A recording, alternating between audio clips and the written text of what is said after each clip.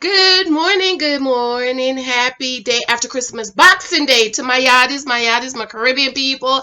Happy Boxing Day to you guys, December 26th. Huge back home. Huge. So all my Caribbean people and my islanders, happy Boxing Day to you. Well, no, stay home, girl. Stay home. Don't be going to the Boxing Day. Stay home, okay? Church girls, want to get married too? Good morning. I am going to talk about something very important this morning. We're going to talk about high value husband versus a good husband because I don't want you ladies to miss a good man because you want him to be specifically this way, okay? So, good morning. Hopefully, everyone enjoyed their holiday. And hopefully you guys ate and ate. I ate so much as I just laid on the couch like this. I was like, ooh, child, ooh, child. I was just so stuffed. Thank you for your love and your support for my books. I haven't checked my books this morning. I had a 1 day sale. I'm going to keep the 1 day sale because I'm going to do a live today. I've been trying to do a live for about 3 or 4 days. Haven't gotten it done. Today is Saturday. We're staying inside today. We're not going anywhere except we're going to go for our walk later, so I'm going to do a live around maybe 10, 11 o'clock, okay? Because about 11:30ish, I start to get sleepy. So if you have not picked up your copies of the 23 Types of Guys You Might Meet, it's available on Amazon for $15.99. Get it today, girl. And also the In Christ I Am. I don't think I was able to do anything with that. And also the Naked Wife, $15.99. Get it today. The sale ends today.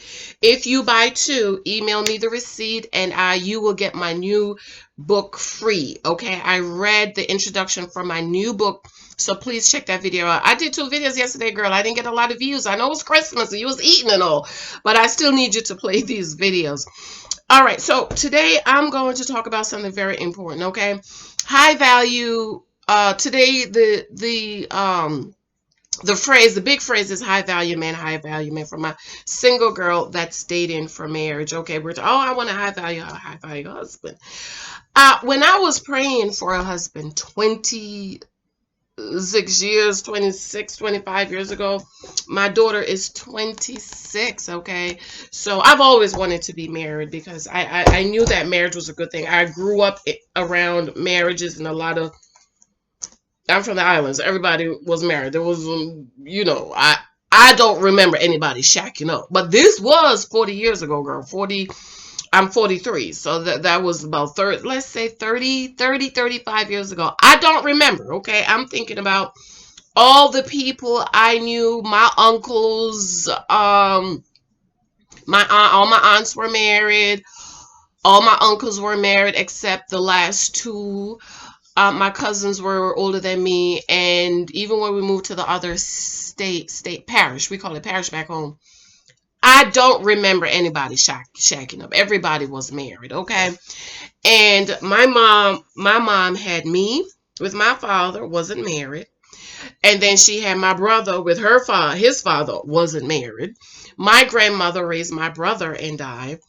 And then my mother met my other brother's mother and got pregnant. And I remember the day like it was yesterday. My brother and I were in the yard playing, and my mom and her now child's father drove up in about 3 police trucks and just picked me and my brother up, dirty and all, girl, put us in the van, got our clothes, and we went to this other state. And it was just dreadful, child, away from my mama, my grandmama, my cousins, and everybody, okay?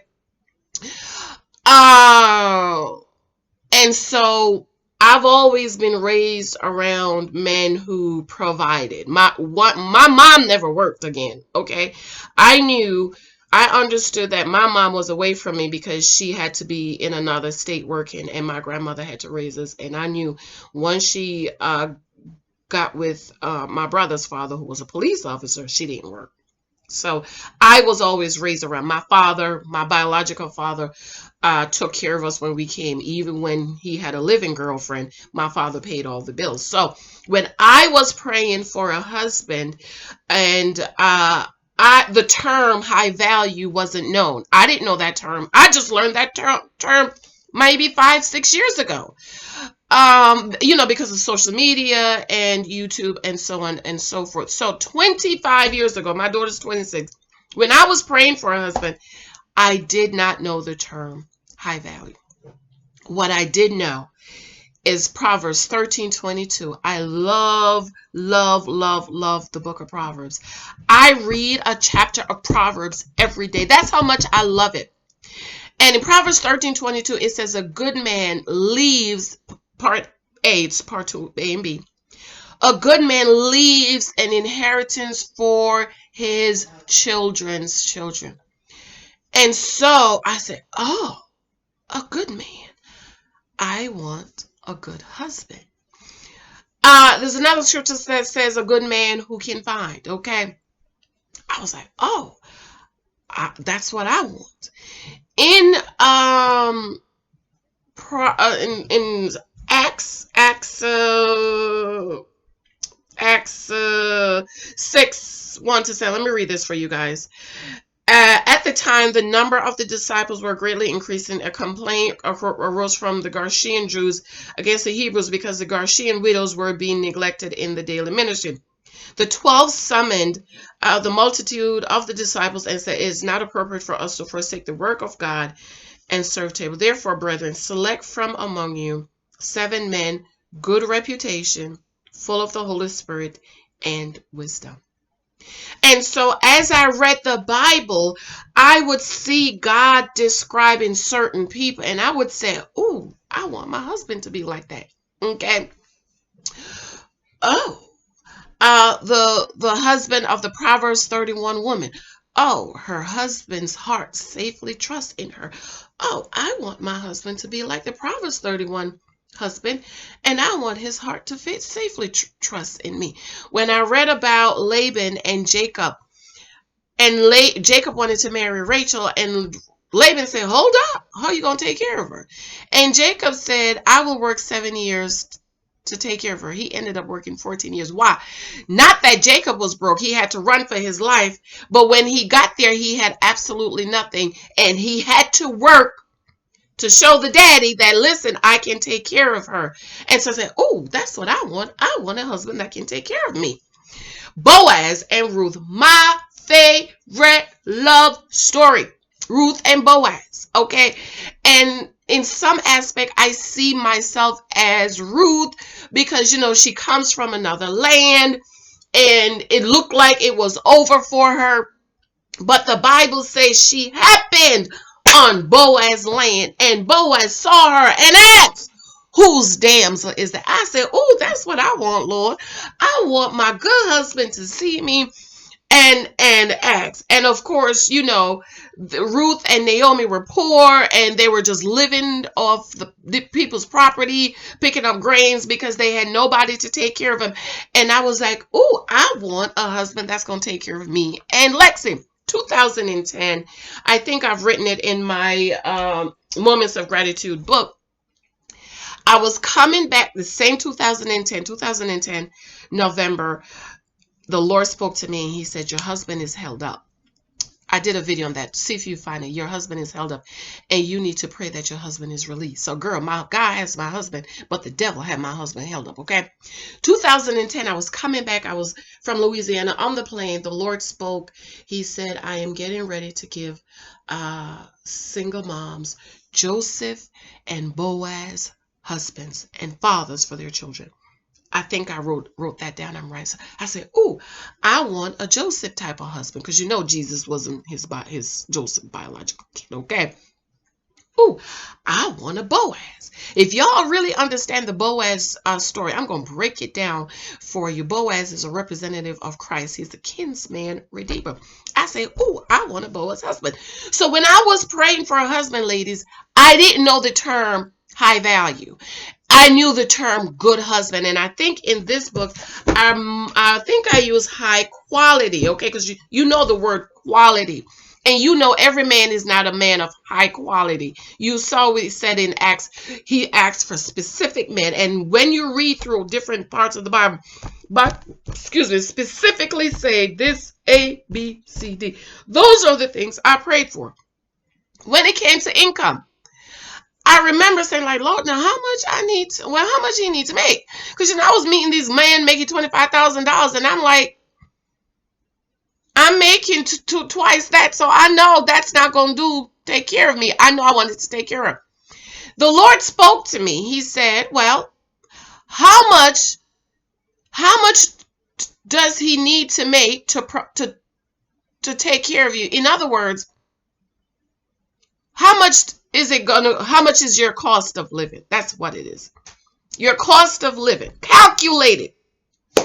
This is why that husband list in my mentorship class, ladies, we're going to be doing, if you want to join my mentorship class, you can sign up for different things. If you want to do your husband list, he said, how much does it cost? How much is the cost of living? And you know I'm a Dave Ramsey baby. I love Dave Ramsey. I love financial book. I love Susie Orman. I read all the financial books. I've always been very financially savvy. So I sat down. I knew where I wanted to live. I wanted to live in this part of the town. Okay? I knew where. Wanted to live. Okay? On this side of town. I live all the way, an hour away from here on the other side of town. I wanted to live on this side. I calculated how much it would be, our cost of living, and very modest. I'm a very modest spender. My husband in 8 years of marriage, almost 8, my husband has never had any issues with me overspending, me having tantrum, me having an attitude because I didn't get a purse. My husband knows I am good with money, okay? I told him that one day, I said, I could rob you blind and leave you. He said, you wouldn't do that because you're not that type of person, okay? So, very, very modest, okay? I shop clearance, girl. I wait for the sales. I went to Burlington the other day. I asked the black girl, is she walking around in her saying a peach? I said, excuse me, what's with the sales? What's up with this? She said, girl, come inside. I said, I'll be here. I'm not going, but now I know, the sales, okay? So I calculated how much it would be, our cost of living, and it was under $100,000, way under. And I said, okay, I need him to make at least this amount of money. And that's how I dated, okay? I didn't ask for a high value man because that term wasn't there 25 years ago.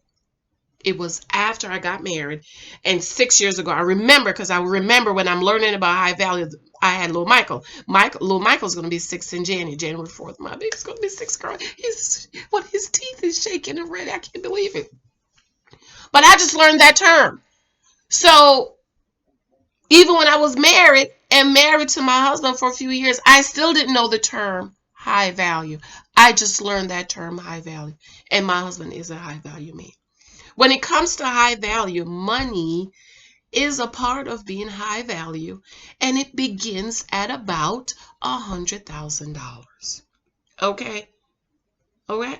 So high value men income, it's not only about income, but it begins with income and at least $100,000. Okay. So ladies, you have a man that's making $75,000 a year, and he's a good man. Would you pass him up because he's not making $100,000 a year? Unless $100,000 a year is what you need to provide for what is your cost of living? Do you know what your cost of living is? You need to calculate that. Because you might be over here running around, I want to buy, and your cost of living is $50,000. I'm not saying don't pray for a high value man. I'm just saying let's use wisdom here, ladies. Let's calculate. Let's be analytical, because if you line up 100 good black men, only 10%, about 10% of them is making 100,000 or more. So then there's 90 good black men left So are you saying you don't want to marry them because they're not considered high value beginning with income? Do you see what I mean? Because I didn't know that term 20 years ago. 25 years ago. I didn't know that term. But I knew according to the Bible. Where's my Bible? Let me go get it. I knew according to this Bible that I got at a high school graduation. My Miss DeVries gave it to me. And I read it, girl. I've marked it up. This is my baby. I love this Bible, okay? I marked this Bible up. I knew it left, right, center, back, and forth. This is why nobody can't fool me when it comes to the scriptures. Girl. Okay, love it. I mean, it's all marked up in here. I knew that according to the Bible, I wanted a good husband. And what is it that defines a good husband? What is your definition of a good husband? You need to write that down. Because when you are dating and when you meet these guys, you need to have that list in your head and say, okay, this is my definition of a good husband. And this is what I need him to be. So when I met the guys that was making $25,000, goodbye. I already knew I wasn't. Okay, I remember one guy, he making 40,000. He thought he was doing something. And he said, "Oh well, I don't believe in cooking, helping." This is the part that got me, the baby. I don't clean babies. That's the woman's job. I said, "Wait a minute. So you tell me I can't leave you with the baby to go get my hair washed?" I said, "Oh, I could stay home. We gonna need your money." Okay, he didn't know I was making way more than $40,000. Okay, I didn't tell him, girl. He would have had a conniption. Okay, so ladies, you need to use some wisdom. I know the high value term that's what's new, but you need to be calculated, use wisdom. I'm not saying don't pray for one. I'm just saying, I'm telling you my testimony. When I was praying for my husband, I was praying for a good husband that could provide for me. I don't want to pay bills. I don't want to take care of myself. My mama had a husband that took care of her. My father took care of all of us. And so I wanted a husband that could provide for me independent of me. Okay? Independent. As a wife, the Bible, I need to be taken care of. And I would not marry a man that could not take care of me and that I had to help him to put roof over my head and food on my table. Because after all, that is one of the things my dad said. The least a man can do is put a roof over your head and food on your table. So when I met a man that could not do that for me, I would go about say goodbye. And I do agree, the woman with Kevin Samuels that's making the 6 figures, she should get a husband that's making 6 figures. Because for me, before I calculated the cost of living and how much I need him to make, I would not date men that made less than me. You made less than me. Once I found out it was less than me, I was gone. Because at my income level, I was used to living a certain way. But I was very modest, y'all. Do you understand? I was making $50,000 a year and I still had a 1-bedroom apartment. Gave my daughter the bedroom. I slept in the living room on a futon because 1, I was paying off my 1-year student loan. And 2, I was saving to buy us a house. When I met my husband, I was looking for a house. I was doing my house searches and all of that. I was getting ready to buy me and Lexi a house, but a multifamily on the other side of town. Not on this side of town, okay? He bought us a house over on this side of town, okay? So I do believe she should get a husband that earns at least what she makes. I believe that wholeheartedly. That ladies, when you're going to marry, you make sure that man makes at least what you make, okay? Because for a lot of men, that's going to be a problem. You make more, is going to be a problem for a lot of men. Not all men, but for a lot of men. I know someone whose husband makes half of what she makes, but they're good. They got married older. They were older.